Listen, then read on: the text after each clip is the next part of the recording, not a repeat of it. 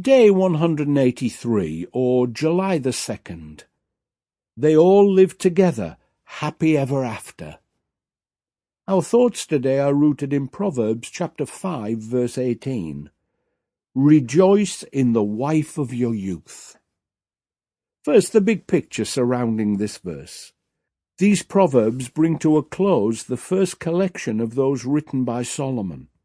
He begins by covering parenting, bad company, seeking wisdom, kindness, avoiding wickedness, laziness, adultery, and faithfulness. All of them and more he had experienced firsthand in his own lifetime. No need to repeat the bad ones in your life. And now, our action step for today. I remember visiting the Ukraine some years ago with a group of others shortly after the fall of the Soviet Union. We were teaching at meetings about the importance of the Bible and how our lives should be based on biblical principles. They introduced me and mentioned, along with family details, how long I'd been married. It was 25 years at the time. Following the session, a number of folk came up to me to speak, and one asked me how long was it I had been married.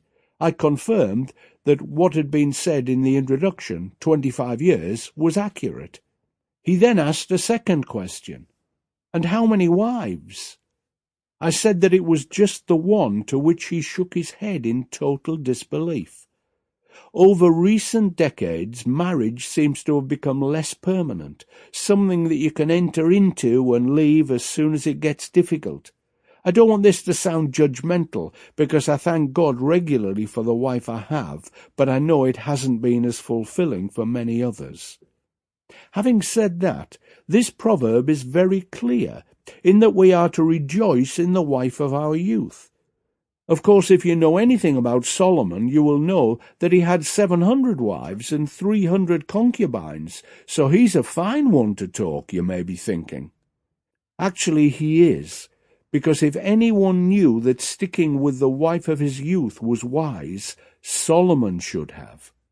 Don't judge what God says by whom he uses to say it.